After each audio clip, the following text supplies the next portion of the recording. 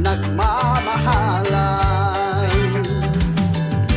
Ang kagandahan ng inang kalikasan sa Apo masusumbungan.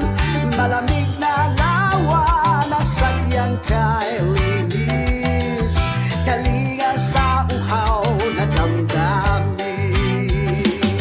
Ang bundok Apo ay agad sa lahat, puno ng kayamanan. Mula sa talon hanggang sa kabukiran, yan ang bundok Apo sa Pinas.